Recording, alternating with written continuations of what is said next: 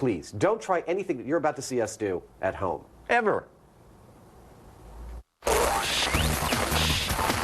Stand back. The Mythbusters Supersized 2-hour special is so big, it has its own area code. Like, whoa. For a monster start, Jamie and Adam journey to South Africa. Oh, yeah. To sink their teeth into shark myths with great whites. Then buckle up. Keep the change. As Team Terminal finds out what actually happens if you got stuck in traffic. Look at the size of these engines! Behind a 747. Next, the guys give a Chevy Impala a Mythbusters tune-up. Go ahead, tailgate, see if I care. To test the legend that if you fit it with astronomical rockets, it will really fly. The Batmobile can kiss my butt. Finally, testing a Titanic tail. There she blows, Captain! It's off to the Bahamas as Carrie, Tori, and Grant attempt to water ski. I can't believe we're gonna do this! Behind a colossal cruise ship. Who are the Mythbusters? It's time to blow some stuff up. Adam Savage and Jamie Heineman. That was fun. Between them, more than 30 years of special effects experience. This is the kind of thing I do on the weekend. Joining them, Carrie Byron, Come over here, you smell that? Grant Imahara, He's alive! and Tori Belleci. This is starting to feel like a bad idea.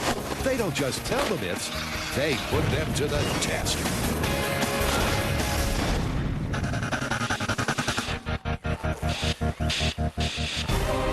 Make room. This show is so supersized, you're going to need 2 big screens to watch it all. So, Jamie, why the omnipotent stature? We're doing a special, and it's big. It's not just big, it is huge. We're known for big finishes, and these are going to be the biggest ever because it's time for the Mythbusters 2-hour supersized special. This is going to be enormous. Well, you know what they say. Sometimes regular just isn't enough. If you're hungering for some myths with some beef, the Mythbusters Supersized Special is sure to satisfy. On the menu, we have 4 giant, juicy choices. Supersized shark, supersized jet taxi, supersized rocket car, and supersized cruise ship water skiing. Hey, Buster, give us one of each with extra cheese. How about some lip-smacking supersized sharks for starters? The team has taken on these toothy fish before. In a previous special, they exploded some jaw-dropping shark movie myths and went to the Bahamas to go toe-to-toe with some reef sharks. But this time, they're taking on the big boys. At up to 20 feet long and a hefty 2 tons, the infamous, enigmatic Carcharodon carcharius, or great white, is the largest predatory shark on the planet. And no pushover. So it's out with the puny little reef sharks and in with the great whites. Okay, I can't wait. But what are we doing with them? Well, we've got a couple of myths to test. One is actually pretty scientific. The myth is that sharks are attracted to certain sounds underwater, specifically sounds of a low frequency that might, to a shark, sound like an animal thrashing around, injured, in trouble, potentially dinner. Sure, I know that one from spearfishing. What's the other one? The other one is a lot more anecdotal, but it goes back hundreds and hundreds of years. You might be familiar with the idea that sharks are afraid of dolphins. Yeah, I know that one from the Caribbean. The classic myth is shipwrecked sailors surrounded by dolphins and they're fending off sharks. Exactly. The question that I have is, how the heck are we going to lure a dolphin into the shark-infested waters of South Africa? Yeah, it sounds like that might be a problem. That can mean only one thing, though. And I know what you're thinking. We're going to have to make our own dolphin to test with. Yep. Trying to trick a shark is going to be one fun adventure. So, to get things rolling, it's off to a theme park. They have dolphins here, so we're going to have a close look at them to figure out the mechanics. Next, the guys suit up to meet Brett, who possibly has the coolest job title in the world, Apprentice Killer Whale Trainer, and her sidekick, Merlin. Do the chicken dance. After some introductory salutations, Merlin struts his stuff, and the guys carefully study the smooth and seemingly effortless way he moves his body through the water, especially his tail end. What I was seeing was that as the rear of the dolphin was going down, the flipper was going this way. When it was coming up, it was going this way. And that is the kind of motion that actually makes a dolphin move. That's what I have to do mechanically. I totally think we can build something like that. I agree. And we can make these pectoral fins adjustable so we can steer them a little bit. Oh, I wish we could make him this soft and cute. Yeah, that'll be a bit of a tall order, but I think we can do it. Thanks a bunch, Merlin. See you next time. Back on dry land, to accurately reproduce the curved shape and proportions of their body, the team is going high-tech. We have to get this dolphin to look as close to a real dolphin as possible. And Chris went online and found us a 3D dolphin. Now, he can take this model and split it up into sections, give me cross-sections, he can give me side and top elevations, everything I need as guides for sculpting our full-scale dolphin. The material they've chosen to make the body of the model is a nice, firm grade of upholstery foam. Jamie came up with the idea to do it out of what we call open cell foam, because like a sponge, it absorbs water, but it's easy for us to work with, and there's a lot of it around. Channeling the king of the sea, and with the highly accurate 3D graphics as his guide, Adam has the formation of his creation all marked out. I'm going to cut the dolphin's profile out of enough foam to equal its thickness. Then I'm going to cut out its elevation out of that same chunk of foam and slowly contour in all the curves that I need. Its form can't look fake. If their model isn't good enough to dupe a real shark, their entire experiment will sink. Now all his bottlenose needs are some, yes, finishing touches. It's funny how all of a sudden it really makes it into a fish, isn't it? Oh, yeah, I mean, that was what I was waiting for. I knew this would be the thing that was like, that's a fish! Actually, guys, a dolphin's not a fish. It's an aquatic mammal. Biology aside, Jamie starts making a mechanical tail that will mimic the motion of Merlin's. A modified electric screw gun will power the motor. He places the drill inside a wooden housing and adds a remote trigger. And there she is. It's a lot of torque. Then he assembles the device on top of a plastic dolphin cutout and runs flexible bike chain down the middle like a spine.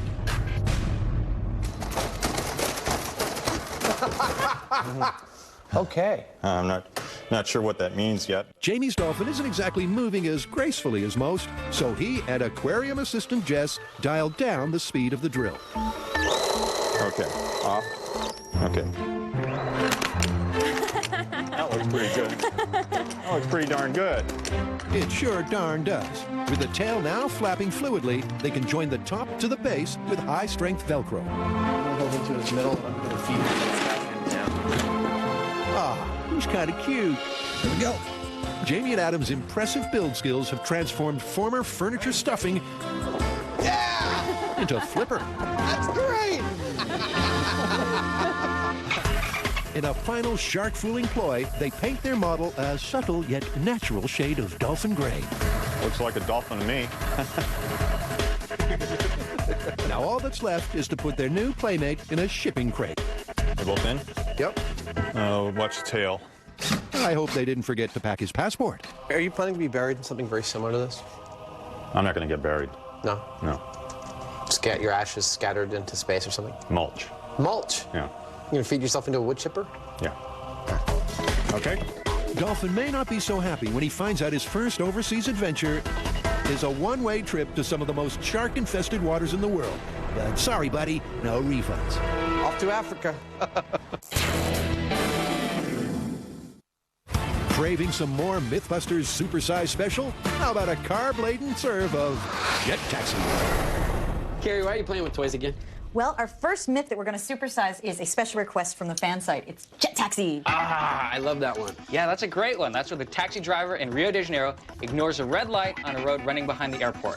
And the reason the light's red is because there's a jet that's about to take off. He jams it, the jet takes off, and the taxi takes a tumble.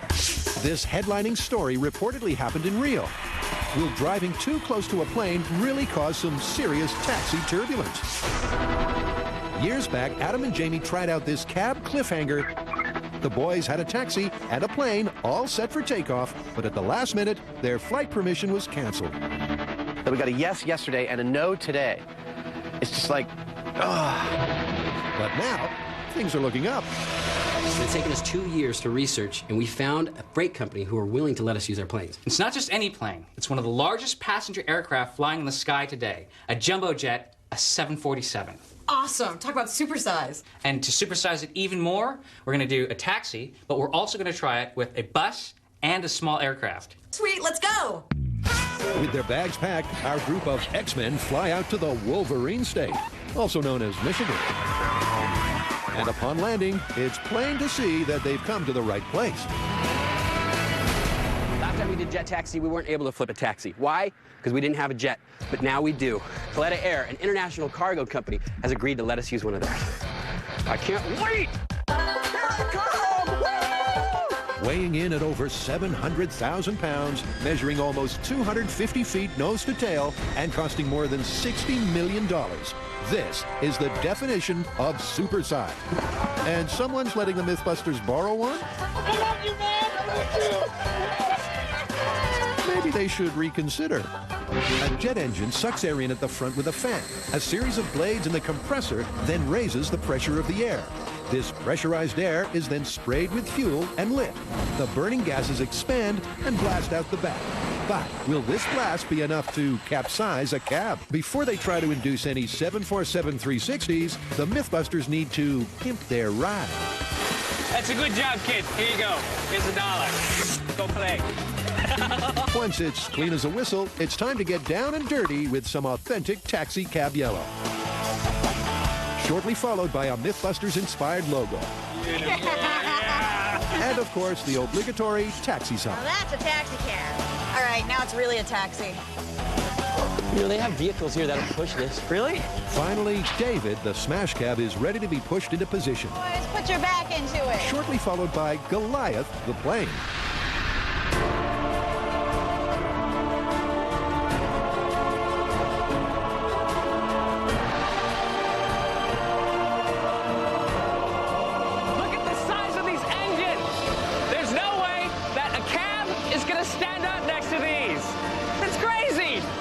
Buckle up, folks. It's going to be a bumpy ride.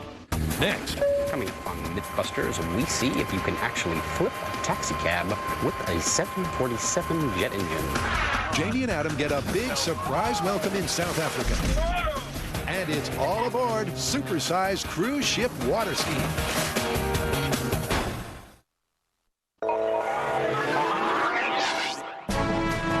Jamie Heineman, Adam Savage, and featuring great white sharks as themselves, journey from San Francisco all the way to the other side of the world, to the Western Cape of South Africa, to shoot their greatest adventure of all time, Supersized Sharks. With pristine beaches, majestic mountains, and quaint historic buildings, this part of the world looks like something out of a picture postcard. Adam and Jamie can't wait to meet some of its most celebrated locals. Mythbusters are in Africa. It's dawn on False Bay near Cape Town, and we're about to head out to see if we can see some real great white attacks. This is the perfect time. This is the time that they're feeding. We're going to see what we get. Before testing the myths, the guys are going on a meet and greet with the expert guides from African Shark Eco Charters. The Blue Pointer 2. Makes you wonder what happened to the Blue Pointer 1. Maybe we need a bigger boat. These waters, where the Indian and Atlantic Oceans converge, contain some of the highest concentrations of supersized great whites on the planet. We want to see exactly what we're up against, the size of these sharks and the kind of power that they have. Apparently, it's astonishing, and if we're lucky, we'll be able to see it firsthand. Their destination is a 600-foot-long granite outcrop called Seal Island. 60,000 reasons the sharks are here. Wow. Thousands of them. With over 60,000 Cape fur seals calling this cozy colony home, it's obvious how this place got its name.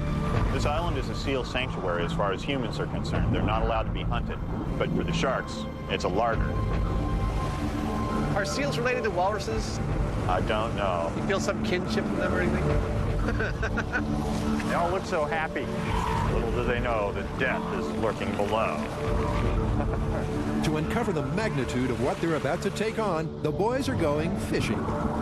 This is our seal decoy. This will attract sharks when we troll it behind the boat. And it skips along on the surface just like a surfboard. That splashing helps attract the sharks. Here, fishy, fishy, fishy. So the skipper tells me that conditions are perfect out here because if it's too clear, everybody can see what's going on. The sharks can tell. Oh! Whoa, catching massive air like this, the guys can see why the sharks of False Bay are known as the extremers of seal hunting. They come up from underneath the seal, grabbing in their jaws, fully breaching their entire bodies out of the water, slamming down, stunning their prey. And you thought sharks couldn't fly. To reel them in even closer, how about some sushi? We toss these puppies overboard on float, and just as they're about to chomp on them, we yank them out of the way. It kind of gets them all worked up, and they come towards the boat. It's cool. There we go. Wow. As a ravenous crowd is enticed, the sea is getting rougher, and poor old Adam is feeling a little off color. Adam's doing his best right now to help us attract more sharks. Even though supersized whites are now cruising within just feet of the boat, Oh, yeah. it still isn't close enough for Jamie. I want to see the teeth. So he's going for a dip in the shark cage. It's one thing to see these sharks from the safety of the boat. It's another thing to get up close and personal with them, and that's what I'm about to do. For having mercilessly teased carnivorous creatures with up to 3,000 serrated teeth, he's surprisingly nonchalant. Well, what can I say? Danger is my middle name. I'm not terribly nervous. You know, whatever happens, happens. Got it? Danger Heineman gets into the cage. Okay, shark down to your left when you get in. Being inside that shark cage, just really awful. You're just kind of looking off into the murk, waiting for some big thing to all of a sudden loom into your face out of the darkness.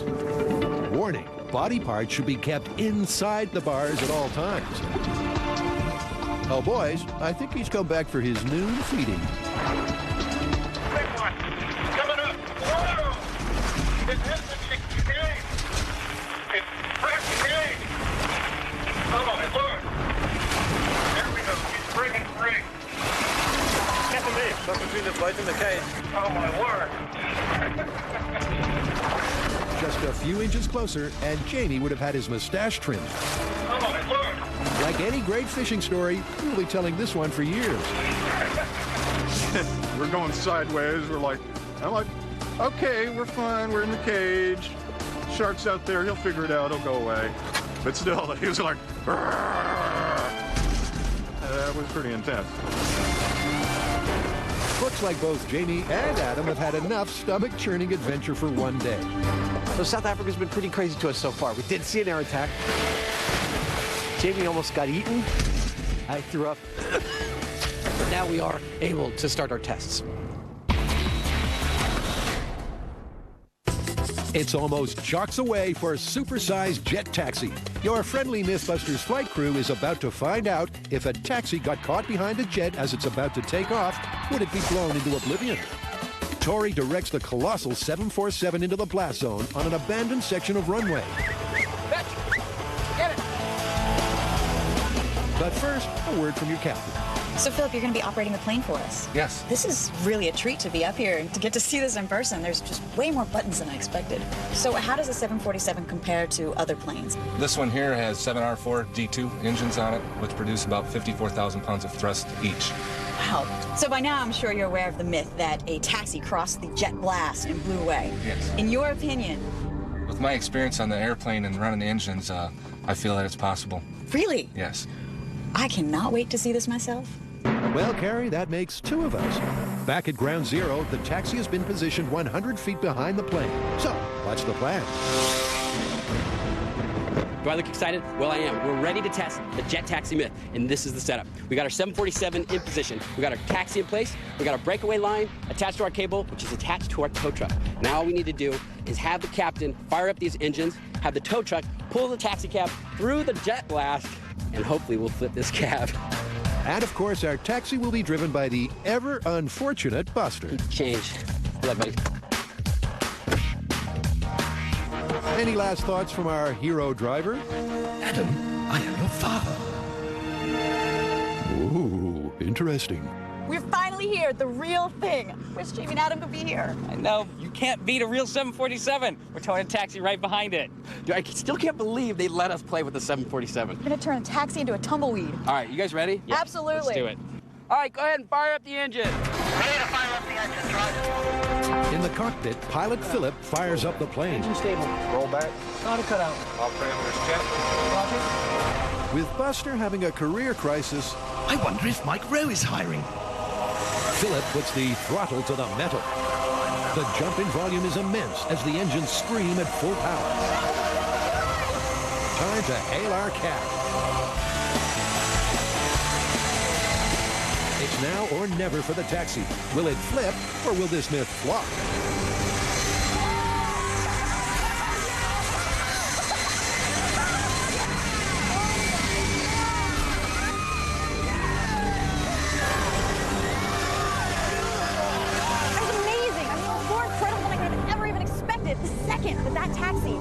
Jet flash. The hood just ripped off. Then taxi light. It looked like it exploded, pulled off, and the entire thing flipped end over end over end as if it was a playing card in the wind. The force was so great that our in-car camera was busted the moment the taxi hit the stream. This kind of reckless driving is going to do nothing to enhance the reputation of cab drivers. But it does confirm the myth. A result that's left the car... That is incredible. and its driver trashed. All right, I guess we're onto the bus. You're going to be a bus driver now. That's right, we're not stopping here, because next up, will a school bus get caned? Bring out the bus! Stay supersized tuned as the team makes some great white mischief. He's just wondering what the hell to do. Revs up rocket car, and has a hoot on the high seas. Don't attract sharks, you little...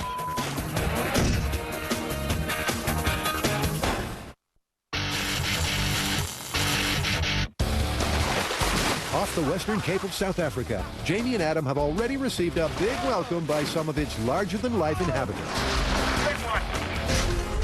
Now, to jump into the myths.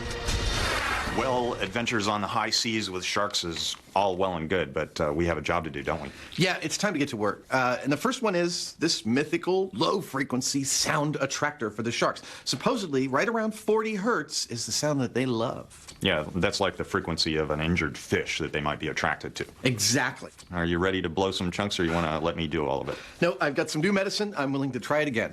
Okay. Back on board the Blue Pointer 2, the guys return to the Great White's preferred dining destination, Seal Island. Fortunately for Adam, today the ocean is calm, but he's still uneasy about getting queasy. This could just be a nice little boat ride, or I could be on a waterborne vomitorium. I'm anxious about finding out which. The events of yesterday are still looming large in Jamie's mind, and he's telling his "it was this big" tale to anyone who'll listen. So, all of a sudden, this gigantic shark has got its face right in my face. And I'm like, whoa! And he's thrashing. And we're going every which way, and finally it sort of flipped around and swam off, and we're just like, did that really just happen? Moving on to the myth, the expert crew often rustle up sharks with a sound rap. One thing that tells me that this actually might be true is that the operators of this boat, who are very experienced with these sharks, occasionally rap on the side of the boat real fast to try and attract them. We've seen them do it. It does seem to work. Great white sharks are defined as apex predators, equipped with the most diverse range of super senses of any known hunter. The theory is, when an injured creature moves, it creates low-frequency sound vibrations. Sharks detect these vibrations with their hearing and receptors that run along their flanks called lateral lines. With this highly sensitive sense, they can feel sound with their entire bodies. So how did Jamie and Adam plan to conduct their test? I'm going to get in the shark cage again, and we're going to be putting speakers underwater, and we'll see whether we see a distinct difference in the behavior of these sharks. They submerge 3 powerful underwater speakers that'll broadcast a variety of frequencies. Along with the shark cage and, in his custom-made Mythbusters wetsuit, Jamie. Okay, I'm ready to go in. And if you think he's fazed by a very possible repeat of some intense great white attention, he's not. What happened yesterday actually was kind of good. I survived that. I'd be surviving this one for sure. Up on deck, Adam mans a 2-way radio. Okay, I'm set. If you're going to be sick, can you do it on the other side of the boat? Over. And Jamie scans the area for sharks. Jamie has just told me that he does not see a single shark in the vicinity of the boat, so it's a perfect time to start our test. As we've already seen, these are quintessential shark-infested waters. So with no bait or lures in the water, if they do appear, it should only be from the sound. Can you bring in the sharks? I'm getting bored. First, the guys need to test that the speakers are working properly. So, guys and gals, by popular request, You know, playing the Mythbusters theme song to the sharks is like saying, welcome to technology, you know? Like, hey, why don't you evolve a bit more, you know? Mythbusters theme tune running all over the ocean. Over. and Jamie dances like nobody's watching. Here, in the chilly waters of False Bay, South Africa, we have been allowed to see a remarkable occurrence. The mating dance of the amphibious hyena. Remarkable. The speakers are working great, but Jamie, you need to ditch the 80s robot moves. Time to tune in the myth, the 40 hertz signal. This is the mythical number that's purported to announce to sharks that dinner is being served. Hertz are the number of pressure waves per second produced by sound. Because water particles sit closer together than air particles, sound travels 5 times faster beneath the ocean. That means news of a seafood snack should travel fast. All right, Jamie, I'm going to play the 40 hertz hum now for 10 minutes. Over. Let's play that and see whether they come right up. As the hum reverberates through the water, Jamie braces himself. This is kind of like being in a dark closet waiting for a bus to slam through your house. Over. But after playing the 40 hertz signal for a full 10 minutes, not even a curious krill passes by. I don't see any sharks. I think I'm going to take a nap now. Over. So what's the verdict? Nothing really happened. No sharks appeared. This is what scientists tell us is the most likely to actually track a shark. Didn't do it here. But maybe 40 is too specific a tone. What if they're off by just a few hertz? Now I'm going to play a sweep from 0 hertz to 40 hertz for a while and see if anywhere in that zone attracts them. The human ear is unable to hear sounds below about 20 hertz, but sharks can detect noises as low as 10. But the long, slow sweep also stirs up nothing. Well, the sweep from 0 to 40 didn't work either. I don't know. Maybe we should try a high pitch. High-frequency sound isn't what this myth is supposed to be about, but it might appeal to a wider audience. The sound was there. It was actually very penetrating. It was more clear than any of the other sounds. Jamie, there is a shark. You see him? Over. There he is. That's a big one. Wow. It just goes to show you can never predict what's going to be a hit. The size of a prize bull. I know. The exact opposite of what we thought was going to happen. But maybe it wasn't the sound the shark was attracted to, but Jamie. In his slick black wetsuit, he looks a lot like a sweet, juicy seal. Best to remove temptation. For due diligence, we're running the test a second time with Jamie out of the water while I'm up here trying to spot sharks and hold my lunch down. And right now, it's not looking good for either. Then let's be quick before Adam's sick. 40 hertz tone. No sign of sharks. 10-minute sweep from 0 to 40 hertz. No sign of sharks. High frequency tone. Again. Can you see anything down there? No sharks. The myth is busted because we played the sounds, sharks didn't come, and we know they heard them. Let's get back on dry land. Yeah, you're looking a little bit green there. Again.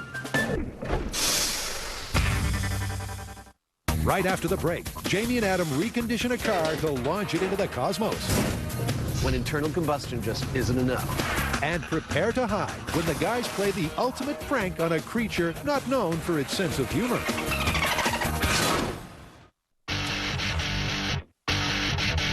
Forget about portion control. We're ordering up a giant jumbo serve of supersized rocket car. It was the myth that launched the legend. Yeehaw! Our very first Mythbusters ever, Jato rocket car. And so the fun begins. Check out how fresh-faced Adam looks. But Jamie doesn't seem like he's aged a day. Could those robot rumors really be true? The story that started it all was this. Supposedly, an Air Force sergeant strapped a JATO, or Jet-Assisted Takeoff Unit, to a 67 Chevy Impala. On ignition, the car got up to a scorching 300 miles an hour when it hit a bump in the road. Launched into the air, he flew for 1.5 miles until the side of a mountain brought his journey and himself to an end. It sure was a blast. I'm gonna have to have a grenectomy. But unleashing the Chevy in the desert with 1,500 pounds of rocket propellant strapped to its back, it only reached 150 miles an hour, and there was no liftoff. So how do they plan to take this tale to supersized status? Well, you know, the first time we tried this, we only replicated half of the myth. We did the circumstances of the myth. This time we need to replicate the results of the myth. Specifically, the car increasing to 350 miles an hour, flying over a mile in the air before embedding itself into a cliff. Those circumstances? Those circumstances. The key idea is airborne. Okay, so how are we going to get it airborne this time? I don't see any need to mess around with it. Let's just use a ramp. First, they have to find another Chevy Impala. The original mysteriously disappeared from M5 years ago. He sold it! I did not sell it. After the pilots, he's like, I don't really see any place this show Mythbusters can go. That's pretty much it. Well, that was fun. Our researchers have scoured the classic auto classifieds once again and found another.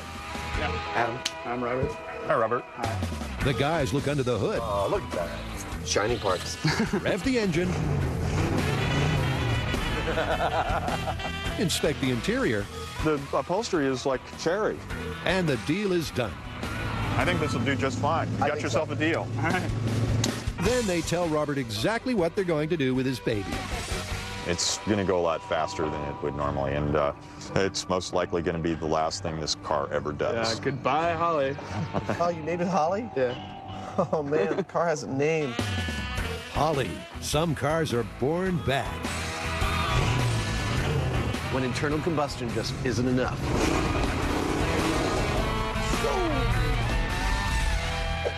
Before sending their cherry upholstery into the clouds, the guys need to conduct some tests. So Adam's going to make exact reproductions of Holly to scale. First, Adam pays a visit to our computer geek, Chris. I need to use Jamie's laser scanner to scan that and make it about 2.5 feet long.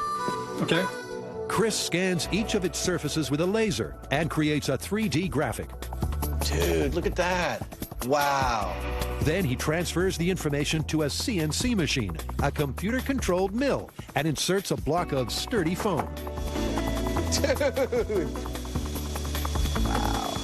The CNC is one fine whittler.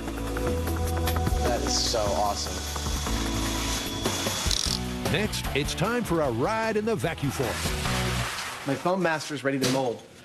This is a piece of plastic. When it heats up under this heater, I will pull it down over the foam buck, and that will create my master pattern for the Impala bodies. That is lovely. Look at that. Now that's one hot-looking car. Adam makes multiple molds. I always like to vacuum form extra things when I'm going, because they're fun. Then Jess and Dennis do some custom detailing. With the assembly plant in top gear, Jamie sets out to weigh the real Impala. If they don't mimic its specs precisely, the entire experiment could be thrown off balance. On the car, I need to know what its balance point is. If I put like a pivot underneath it, I need to know where the car would balance out. That's its center of gravity, or CG. So Jamie's going to take it to a metal place where they've got a big scale, and then through that determine what its CG is. 3,700 pounds. Now Adam can distribute the load on his reproduction chassis exactly to scale. So all I need to do is add 5 more pounds of weight to this and make sure that 55% of its total weight is ahead of the center line, just like on the real car specs. He adds 5 pounds to the frame, welds 3 mini rocket housings on top, and his to-scale 67 Chevy Impala is complete, right down to the custom plates. That's just cool. Next, Carrie, Tori, and Grant give a school bus a lesson it will never forget.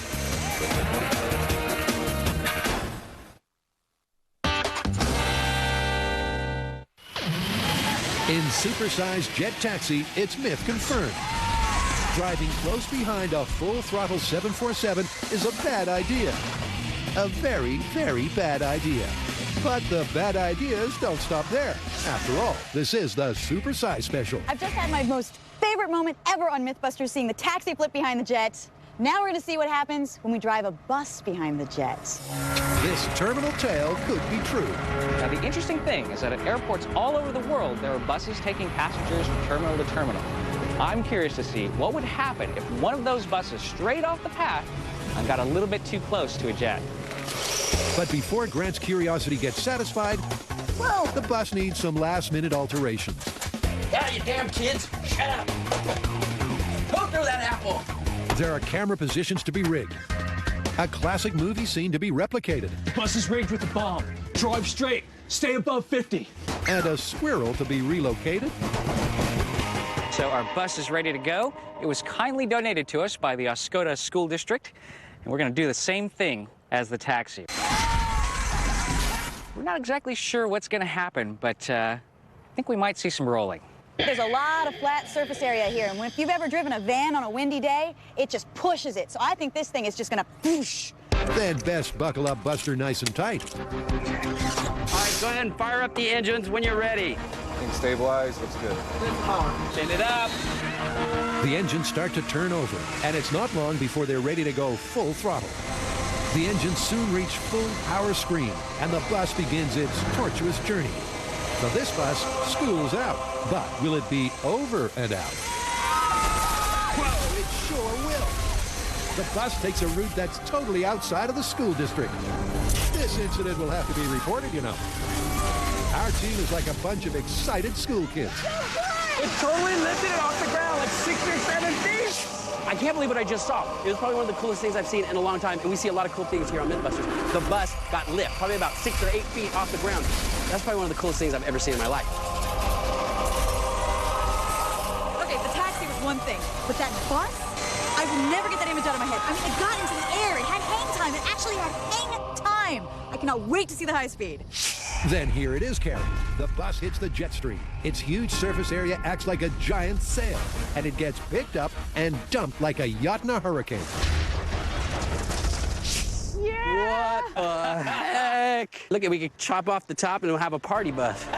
Buster! Look at him! Is he okay? Are you there? Hey, he's all... Ooh. Oh. Ooh. With Buster now the filling in a steel sandwich, it's myth. Obviously confirmed. I think so. Oh, man. Let's move on to an airplane. Yeah! Coming up, Tori finds out that buying a ticket is an easier way to catch a ride on a cruise ship. But right after the break, will a normally fearless shark freak when it encounters Flipper?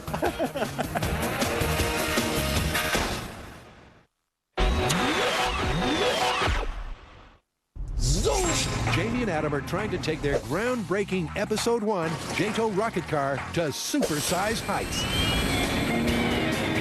We now have a perfect 1/6 scale model of both our original and our new Impala. I've replicated the rocket structure on top that we put on in Episode 1, and we are going to replicate the exact amount of thrust we had in Episode 1. We're going to add a ramp. And hopefully this scale test will tell us if the original rockets we had on our original Impala are enough to get that thing airborne. To conduct their scale tests, Jamie and Adam are going to spread their wings at this abandoned aircraft hangar. Hey, sir. How you doing?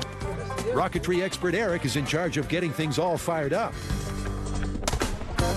While Adam preps the car, Jamie gets to work measuring and setting up a ramp. Looks like a ramp to me. So how's the test going to run?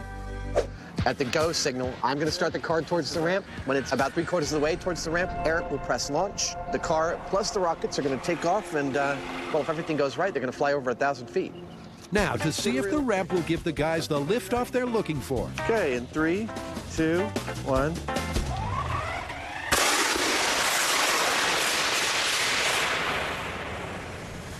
That didn't go the way I expected, really. The rockets went off, but so did the car.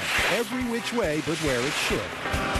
When we add this much power to a vehicle, if it's not really carefully done, the vehicle can go out of control. And that's exactly what happened. It went off. You can even see this line here. It took off at a right angle instead of going straight. To try and rein it in, Adam adjusts the speed of the run-up. In 3, 2, 1. But again, it veers off course. The second I hit the ramp, the rocket goes off. it veers off. Well, you know, I just had a thought. Yeah. When they make a real rocket, they don't put the rocket engines on the side or the top of the rocket. They put it at the back of the rocket, right? Yeah. So why don't we put the rocket on the back of the rocket? You know, the engine's on the back. If we put it on the roof, of course it's going to do something weird. Right, right. To try and eliminate the weirdness, Adam reconfigures the chassis. So instead of being on top of the car, the rockets will sit on the back. They're also going to increase the amount of propulsion. We just used an F motor. This time, let's use a K motor. It's 10 times the thrust. We'll get that car to fly. On their scale model Chevy, these rockets are the equivalent of a supersized 10,000 pounds of thrust. 3. T-minus 3 seconds and counting. Go.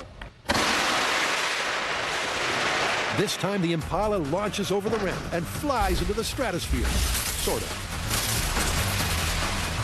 Let's get down there with the fire extinguisher. The trail of burn marks across the floor and all the way out the door is just what they were hoping for. There it is. Well, there's your problem. You lost the front end. Putting the rocket on the center line of the car is clearly the way to go. It gave us a marked improvement on this flight. We also gave it a considerably more power, and we got a nice, clean trajectory off the ramp. I think that's what we need to do on the full-size car. We're good to go. Eric, that's for your trophy room there.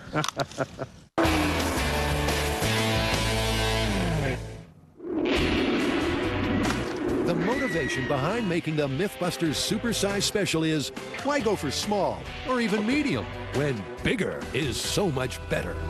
So, in the ultimate anti-diet, next up is a whopping slice of cruise ship water skiing. You guys ready to show off your farmer stands? And 6-packs? Yeah, more like a pony cake. Anyway, we're gonna go water skiing, but we're gonna switch it up. Well, one of the viewers off of the fan site had a really good suggestion. A cruise ship. Yeah, we're going on a cruise. Set a course for adventure as we embark on a myth from the fan site that's exciting and new and possibly perilous. The plan is to get a cruise ship to travel at a steady speed of 14 knots. That's about 18 miles an hour. Trailing a 300-foot-long tow rope. Following alongside will be a water skier on a speedboat who, in a daring maneuver, will try to grab the ship's rope and go for a supersized ride. First, the team cruises over to Willie's Water Ski Center for some schooling. You ready for this? Tori has been selected as the one to make the attempt. A little privacy. He's only water skied once before, but that's once more than Carrie and Grant. There's a big concern about transitioning from the towboat to the cruise liner. My biggest concern is, am I going to be able to stay up? I've only done it once before. This should be interesting. As a former national German water ski champion, Willie is the guy to whip Tori into shape. Then I will drag you a little bit behind the boat, and when I scream at you, ready? And I'll give you the okay? Then I give you the okay, and we go. Okay. Okay. Making the task even more challenging, Tori's going to be using a wakeboard. At just 15 inches wide, there won't be a whole lot of surface area for Tori to stand on. Hit it. It looks like this could take a while. You give me some of that. While Grant and Carrie catch some rays, Tori tries again. Tori, keep your knees bent as long as you can, okay? This time, Willie gets the speed of the boat up to 14 knots, the same speed the cruise ship will be traveling at. He's doing good. I'm so proud. He is. He's doing great. Look, Ma, only one hand. Seems like Tori's got the speed down, but here comes the hard part. Now all we have to do is the rope switch. That shouldn't be too hard. A swift rope switch is the key to success, so the team is going to practice the scenario using a second boat as a cruise ship stand-in. The way it's going to work is I'm going to be holding onto the boom pole as I'm wakeboarding, and that's going to give me some more stability. And then the other boat's going to have the tow rope. It's going to come up next to it, get to the same speed. I'm going to grab that rope and hopefully make the transition and keep skiing. Tori is ready for his first attempt. Really stay low on the board with your shoulders up. Don't reach over for the handle. I bring you to it, okay? They're coming out. Handles out. Here comes the cruise ship. Here we go. Tori keeps his center of gravity low, just like Willie said. But even though the second rope is within inches of his reach, it slips through his fingers.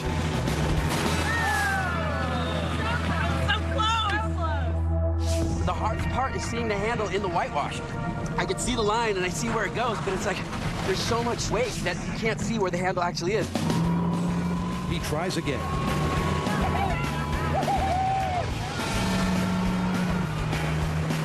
This time, Tori not only finds his feet, but also the rope, and slowly works his way down to the grip handle. There we go!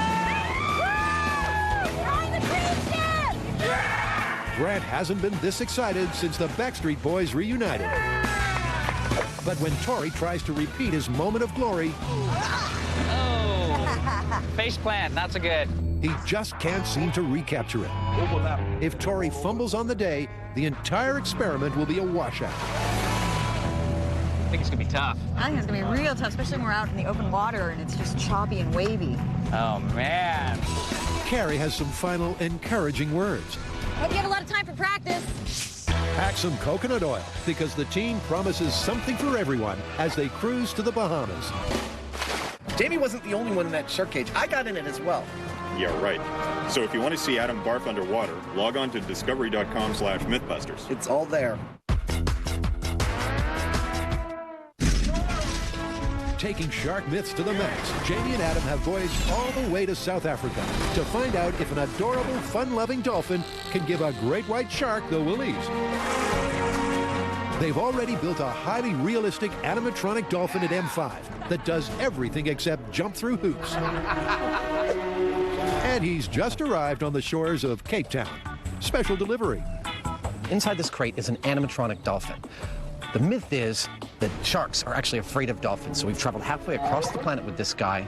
We're about to throw him in the water with the biggest sharks we can find and see if they're actually afraid of him.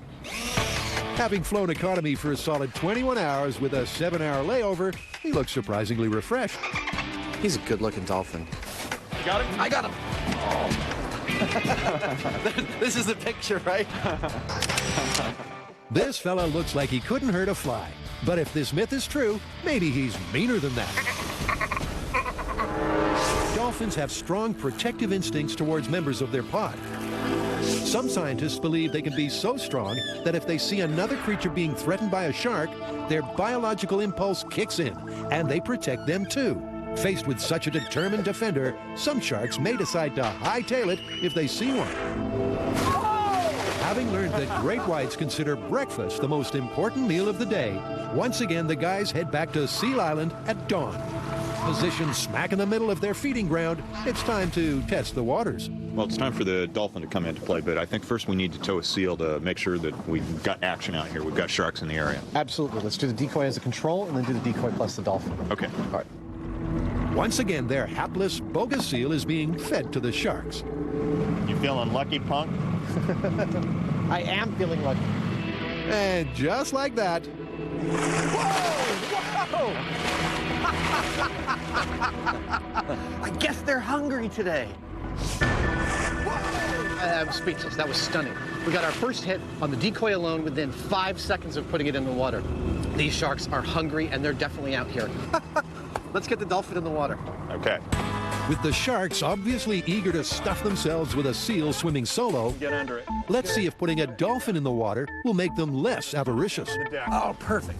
Ready? Cautiously placing their masterful creation off the stern, they release him for his very first swim. Look at that. He's a natural. Look at that tail action. It looks great. It looks perfect. It's a beautiful thing to see such a magnificent, phony creature in the wild.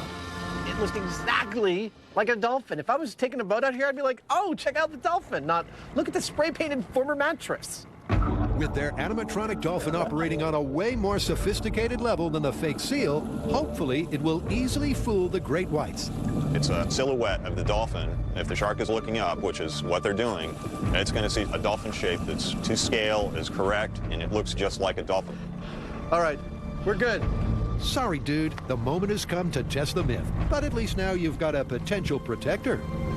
We're gonna have the seal and the dolphin right next to each other. If the shark strikes the seal while the dolphin's next to it, it's pretty clear that the dolphin is not a deterrent.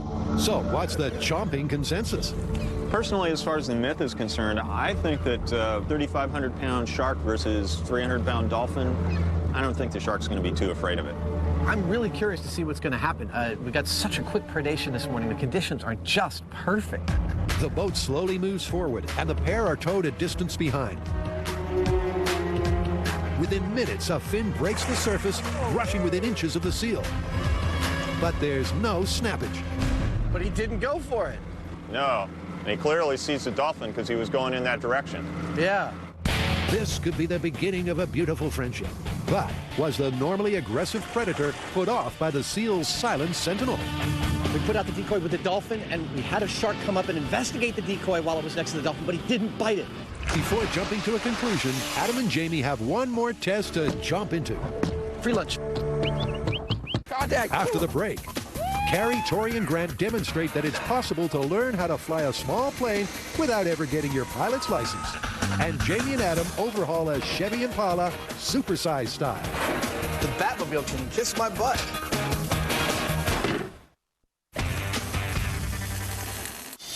Jamie and Adam are trying to find out if you put giant rockets on the back of a car, will it become one?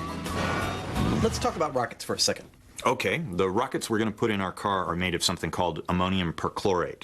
Now, this was first developed around 1940, and it was inspired by Greek fire, actually, which was developed 1,500 years earlier. And the key idea here is that it was a liquid that they could heat up and cast and form it into this tubular shape that you need that burns from the inside out. And if I'm correct, the rocket fuel that we're using in our rockets for the rocket car is pretty much the same stuff they used in the solid boosters on the space shuttle. It's the real stuff, baby.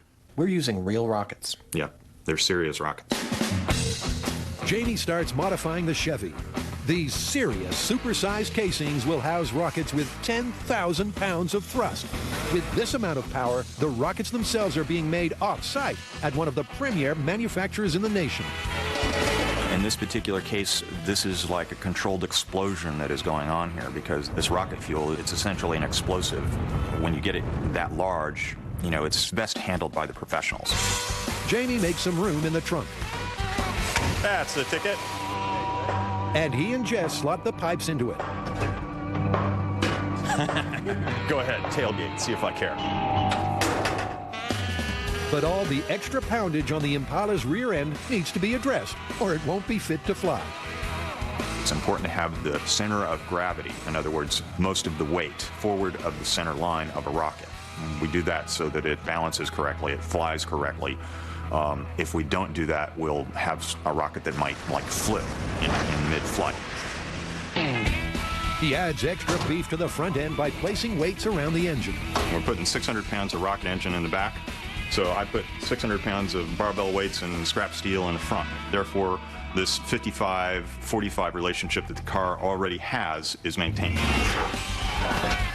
Thanks to Jamie and Adam's makeover, she's not only beautifully proportioned, but stable, ready for her first and most likely last debut. The Batmobile can kiss my butt. Back at the airport annihilation, the team has turned a taxi torpedo and a bus ballistic.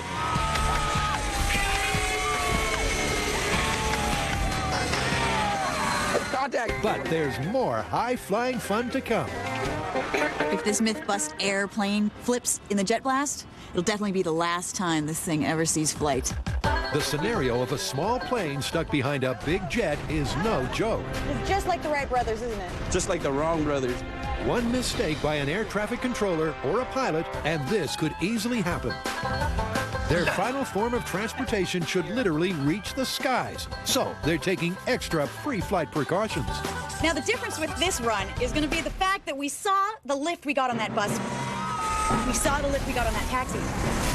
We're a little afraid of blowing this to pieces and possibly damaging a $60 million plane. So this time, we're pushing this back an extra 20 feet. I think it's time to wreck a little plane. This is it! Final one. This is the grand finale! I love that sound. That's the sound of destruction. The plane gets towed, and it's up and away, but not for long. It seems that the extra distance from the 747 meant that the small plane got out of it relatively unscathed. Of course, I say relatively, but Buster's again out for the count. Look at that. Well, you know what? He wasn't wearing a seatbelt. That's right. If he wasn't wearing a seatbelt, He'd be upside down right now. He'd be upside down. Sending the taxi toppling, the bus belly up, and the plane kamikaze is supersized confirmation that driving a vehicle behind a 747 is one giant wrong turn. Soon. Attention passengers, there will be a wakeboarding demonstration at the back of the boat following the shuffleboard tournament. And coming up on Mythbusters. Will our homemade dolphin scare a shark?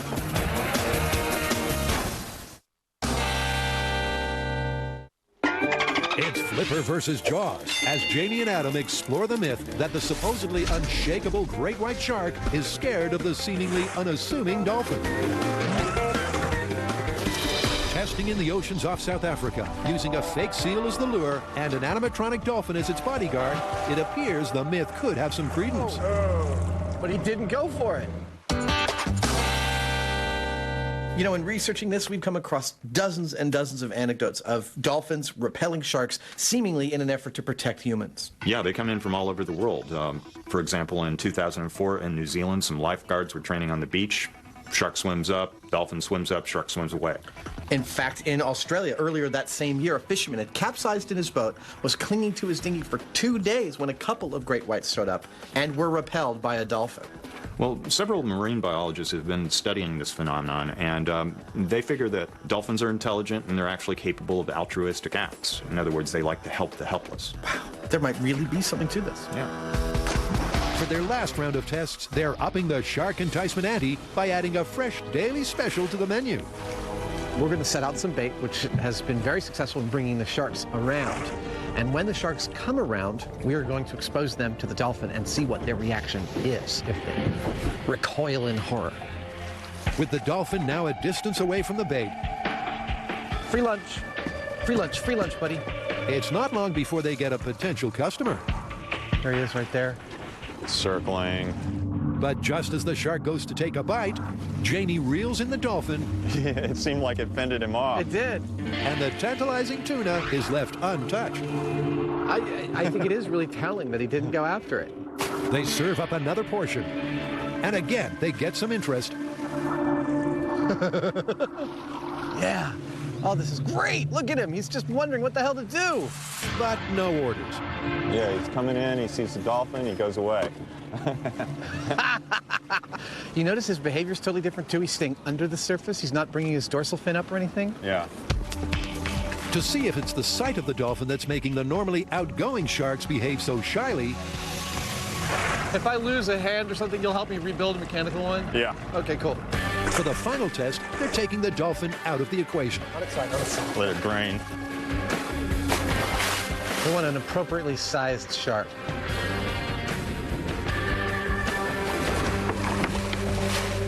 That was it. That was what we were looking for. With the dolphin out of the picture, whoa! It seems the great whites have finally got their appetites back. Wow! Wow, that was awesome. He goes for the bait when the dolphin's not around, he stays away when the dolphin's around. So with everything they've seen and experienced on their South African adventure, do they believe that if you ever find yourself swimming with sharks, a dolphin is a good friend to have? Based on all the evidence we've gotten, I think we can call this. Yeah, I mean, I wouldn't exactly say that the sharks were afraid of the dolphin, but they were definitely deterred by it. There were never any attacks on anything when the dolphin was in the water. Agreed. You know, based on our anecdotal evidence and the stuff we've gotten here, I think this myth is plausible. Plausible. Not that I'd be going swimming with my pet dolphin anytime soon. Agreed.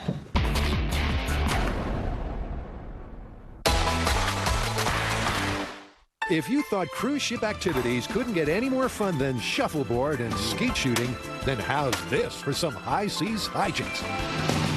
Granting a big myth wish from our fan site, Tori, Carrie, and Grant have been testing the waters with a speedboat to see if it's possible to wakeboard behind a luxury liner.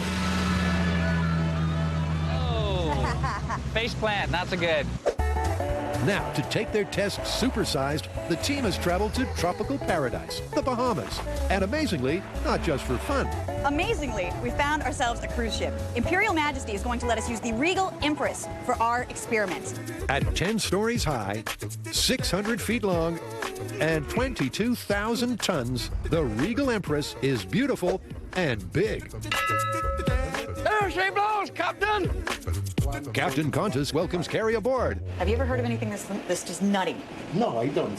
So can I go down there and do the whole Titanic thing? No. 2 movies making our lives difficult. One is Love Boat, because everybody expects to come on board and find love. And Titanic, because everybody wants to go there. And do this. Sorry, Captain. After this supersized myth, you might have one more headache. This is doing wonders for my hair. As the team takes themselves on a tour, their task is looking a lot rougher than they thought. Man, it looks a lot choppier than the lake. Yeah, I think it is a lot choppier than the lake. I mean, it seems pretty stable up here, but once you get down to the water, things can be a different story. I need to find Isaac. I need a drink. I thought you were looking for Julie, the cruise director. Well, after the drink. Grant preps the tow rope that'll be trailing from the back of the ship. What I'm going to do now is connect up the entire 300 feet of rope, link it all together, throw it over the edge so Tori can grab onto it. This time the rope is brightly colored so it'll stand out in the whitewash. Look out below! It's time to toss caution into the wind. Attention passengers, there will be a wakeboarding demonstration at the back of the boat following the shuttleboard tournament. Make sure you get there early, you don't want to miss it. Next, Adam and Jamie really ramp things up for the launch of Rocket Car.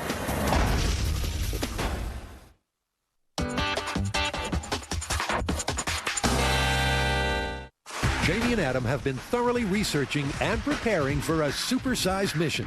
Is it possible to turn a Chevy into a shuttle? Finally, after 5 years of waiting for a second shot to get a 67 Impala to fly, the day has dawned. They arrive at the launch site. Deja vu. The plan is to build a ramp in front of the mountain. A cable pulley system will connect a tow truck on one side, and perpendicular to that, the Chevy Impala. Attached to the Impala will be rockets with 10,000 pounds of thrust. The truck will pull the car towards the ramp. The rockets will ignite and hopefully hurtle the Chevy into the heavens. First, they need to erect the all-important ramp. 2 40-foot-long shipping containers will be the building blocks for this giant job. Feel ready? We have a lot of work to do to fill it. Hope you back. The guys have hollered for their good friend and former Mythbuster, Scotty, to help out. Basically, instead of building a ramp, what we decided to do was take 2 containers and we're going to slice them diagonally so that they're basically wedge-shaped, flip them over, and run the car off the containers. Starting at the top, she slices all the way down to the base. Then Jamie fires up one of his favorite forms of transportation. Yeah, baby. And goes in to do some delicate surgery. With the containers sliced into even chunks, Jamie drags them into position and gently nudges them so they lie side by side. All the activity is stirring up some interest. I'm going in. Right there. Finally, an army of helpers lay fiberboard over the entire surface, so the car will have a nice, smooth run-up. I think we need to move the whole thing in about 6 inches to the left. Now, to shift this myth into gear. It's time to install the rockets. These babies have been custom-made by one of the most renowned rocket makers in the nation and contain the same kind of highly charged fuel that's used in the space shuttle. These motors are ammonium perchlorate cast, slipped inside of the aluminum housing. They light at 450 degrees. One of these rocket motors have enough thrust to tickle space. In a straight trajectory, these things can go up to 20 miles.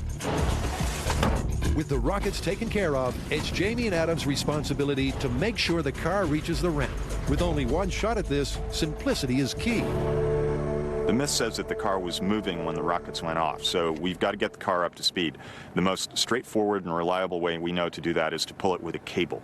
We've done radio controls before, but we're really only interested with the actual airborne part of this, and so we're just cutting to the chase. To ensure their system is foolproof, they need to do some dry runs. Adam has tied surgical tubing to the steering wheel to keep it from drifting off course. Okay, Scotty. Go at will. Over. As Scotty moves forward, she pulls Adam in a straight line. Everything's looking perfect. Over. But his aim is off. Looks like I'm drifting ever so slightly to the right. You should stop. There was a little bit of wandering towards the end. I'm going to try and eliminate that with some tape marks and making sure my surgical tubing is well tensioned. Adam redirects the car. With all that's at stake, he doesn't care how long it takes to get it right. I'm willing to do this for 2 solid hours, just to dial it in and make sure it's perfect, because, boy, I'd hate to watch it screw up. They go again. Lovely. You got a nice touch now, Scotty, so go ahead and get us up to 20. And Adam is right on target. Okay, stop. That was it. Over. Yeah, you see what I was doing with learning how to really aim this thing. Yeah, I could tell from here that you were lined up perfectly. All right, I'm good to go. With their guidance system operating perfectly, 3, there's only one thing left to do. 1. Is Jamie really going to ride the rocket car to his certain doom? Find out next on Mythbusters. Next, it's anchors away. I can't believe we're gonna do this. As Tori attempts to wakeboard behind a king-size cruise ship.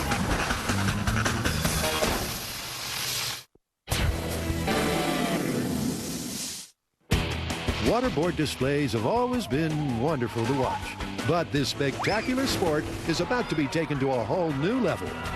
Tori has been in training to test the massive myth that it's possible to wakeboard behind a cruise ship.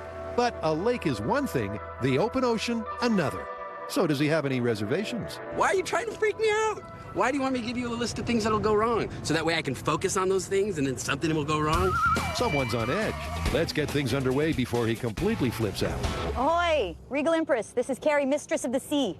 So we'll just keep in communication while we're out there, and you tell us when you get to a full 14 knots. We will, okay. Captain Contis gives the go-ahead for the moorings of his ship to be released. Whoa, look, ropes are going. We're doing it. You ready? Yeah. There is no turning back. Once this ship sets sail, it's not going to stop, you know, if we kind of mess up a little in the first time. It's going to keep going. As the ship heads out to sea, it picks up the pace, and Team Take Me Away is in hot pursuit. I can't believe we're gonna do this. 6 miles out, the ship is cruising at a steady pace of 14 knots. Captain, this is Carrie, Mistress of the Sea. We're going to pass you and put Tori in the water. Thank you. The line is in the water already.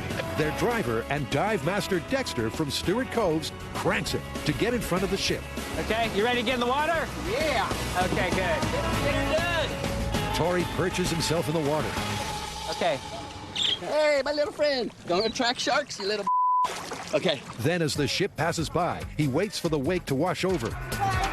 Hold on, here comes the wake, Tori. Everybody There's a hold wake on. coming, everybody brace. Let's do it.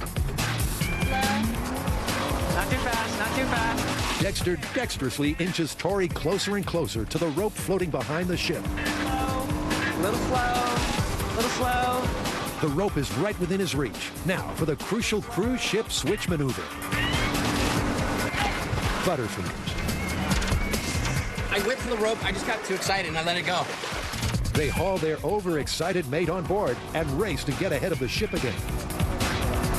Visualize, Tori. Visualize. So close. My heart's beating. I can barely breathe. We're going to do it one more time, and Tori's definitely going to get it this time. Okay, hold on for the wave. It's coming now. Everyone's rooting for you, buddy. You ready, Tori? Let's do it. Not too fast, not too fast. Tori is traveling nicely and gets in the zone. I wasn't even paying attention to the wake. I wasn't paying attention to how rough the ocean was. I wasn't paying attention to sharks, none of that. All I was focusing on was getting over to the rope and making that transition. He seizes the rope and holds on like a resolute barnacle.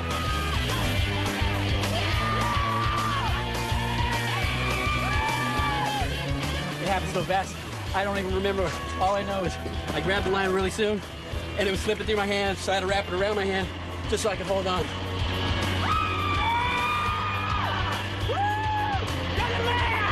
This unique cruise ship adventure has given everyone memories that'll last a lifetime. Grant hasn't been this excited since the Spice Girls announced their reunion tour. That means Myth. Dude, that was the coolest thing I've ever done. I felt like I was James Bond. Well, he was shaken and not stirred. Daniel Craig had better watch out. Captain Regal Empress, this is Carrie, Mistress of the Sea. We did it! We were successful! Tori wakeboarded behind your cruise ship. Thank you very much, Captain! We love you! Woo! Yes! Assume your crash positions. The vehicle is fully locked and loaded. Right after the break, Jamie and Adam launch a 67 Chevy into the stratosphere.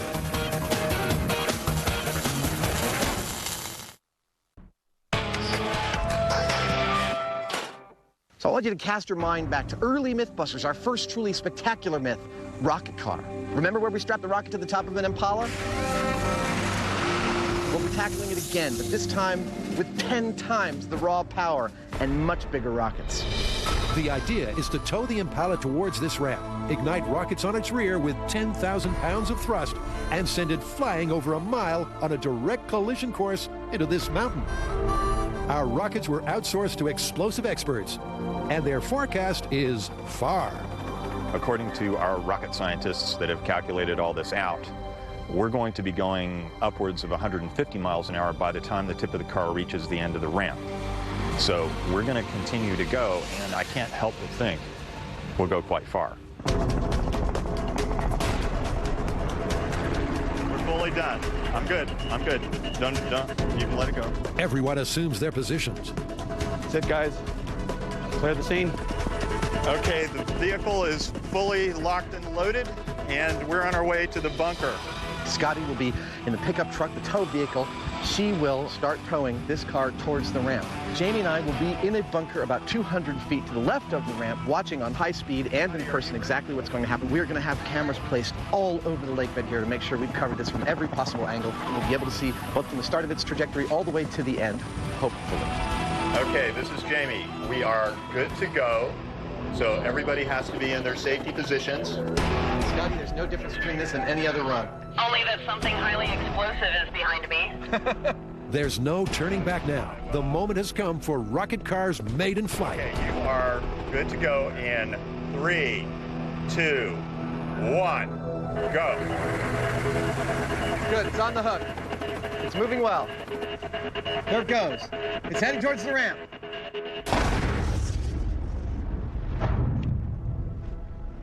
Or not.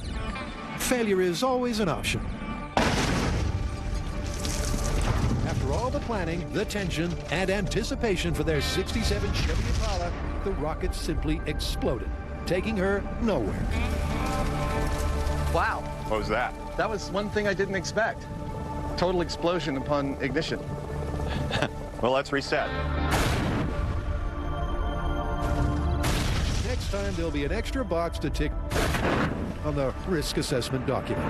All our hard planning and careful thought about how to make this absolutely bulletproof worked. The launch, the ignition, the trajectory, the ramp was all dead on the money. Unfortunately, we had one little detail at the end, which was that the whole damn thing blew up. It's the one thing we didn't have control over. I will say this, Jamie. That ramp held up a treat. So what was the reason for the over-enthusiastic kaboom? You have any ideas about what happened? I'd have to talk to the guys that built them, but I'm going to say it overpressurized and went. So we built a big rolling bomb instead of a rocket. Do we get our money back? I think someone owes me $10,000. Their once glorious 67 Chevy Impala is now merely a shell of its former self. Oh, look. The suspension is still good. Hey, Jamie. I left one of my pairs of gloves in the car. Well, maybe if you soak them in water a little while, they'll swell back up again. What do you think? That used to be that. So, how do you wrap up such a smoking wreck? I have to say, I don't think we've ever found ourselves in this position, but we were really unable to answer the central questions of this myth, i.e. 1.3 miles or 300 miles per hour. Yeah, I mean, I kind of think it wouldn't have done 1.3 miles, but that's beside the point. We were totally diligent about everything. Absolutely everything worked perfectly. Yep, the rockets were professionally made. Yeah. We buttoned everything down. I'd say the best we can call this is appropriately supersized.